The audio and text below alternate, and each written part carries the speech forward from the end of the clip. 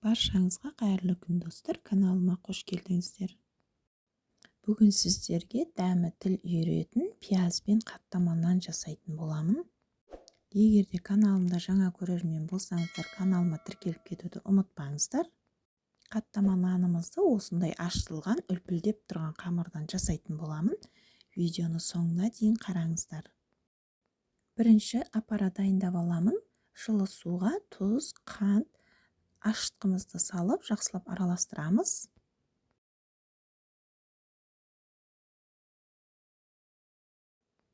Одан соң 2 ас қасық ұнымызды салып, біркелкі болғанша жақсылап араластырыңыздар.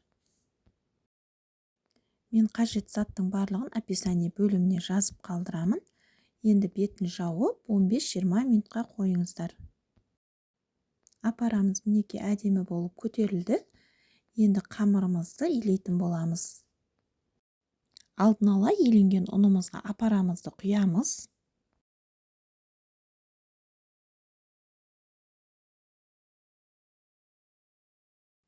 Одан соң сүтімізді құямыз. Сүтіміз міндетті түрде жылы болу керек, әйтпесе қамырымыз ашымай қалуы мүмкін.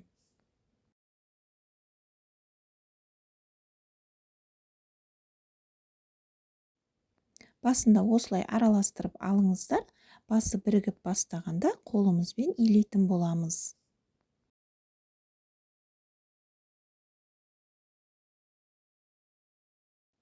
Одан соң осылай астақтан үстіне түсіріп қамырды осылай илесеңіз де болады.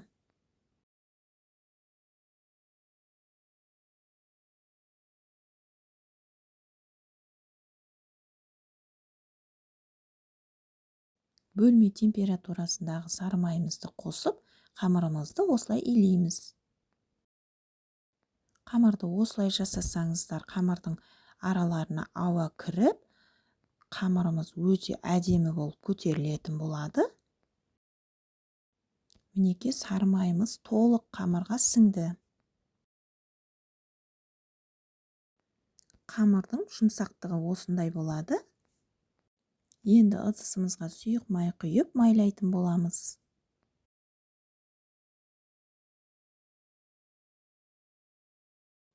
Қамырды салып, бетіне де май жағатын боламыз.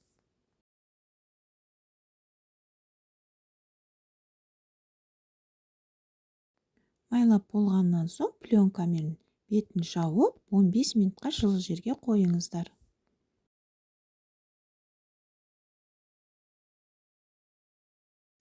Он 15 минут өткеннен соң қамырымыз осындай кішкене көтеріліп бастайды. Түсіріп алып, қайтарып илейтін боламын. Қамырды осылай қайтарып илесеңіздер, қамырдың орталарына толық ауа барып, керемет болып көтерілетін болады. Сондықтан осылай илеңіздер. Мен осылай қайтарып 5 минуттай илеп алдым. Одан соң осылай дөңгелек формаға келтіреміз. Ыдысымызға салып, бетін пленкамен жауамыз. Одан соң 1,5 сағатқа ашытатын боламын. Қамырды жылы жерге қойыңыздар. Мінеки қамырымыз осындай болып, әдемі болып көтерілді. Қамырымызды көріп тұрғаныңыздай өте жеңіл, әдемі болды. Енді осылай қайтарып, 2 бөлікке бөлетін боламыз.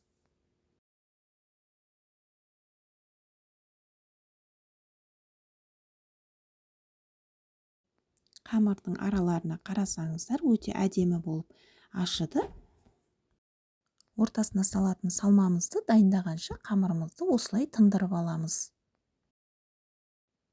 Табамызға сұйық май құятын боламыз. Одан соң осындай тоңдатылған майдан осылай 2 бөлік салдым.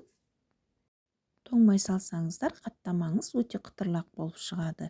Енді ерігеннен соң бір пиязды осылай майдалап турап алып, қуырамыз.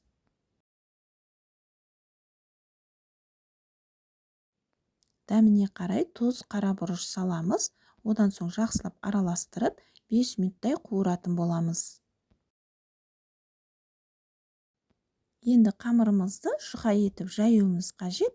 осылай үстіне ұн сеуіп, барынша жұқа етіп жайыңыздар. Қамырымыз ашқан болғандықтан басында осындай қиындау болады. Мінекей осылай жұқа етіп жайып алып, пиязымызды осылай салатын боламыз.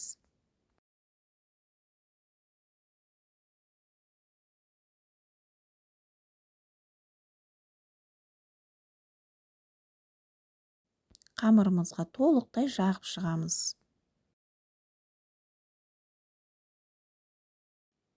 Ортасында ауа қалдырмай тығыз қылып орап шығамыз.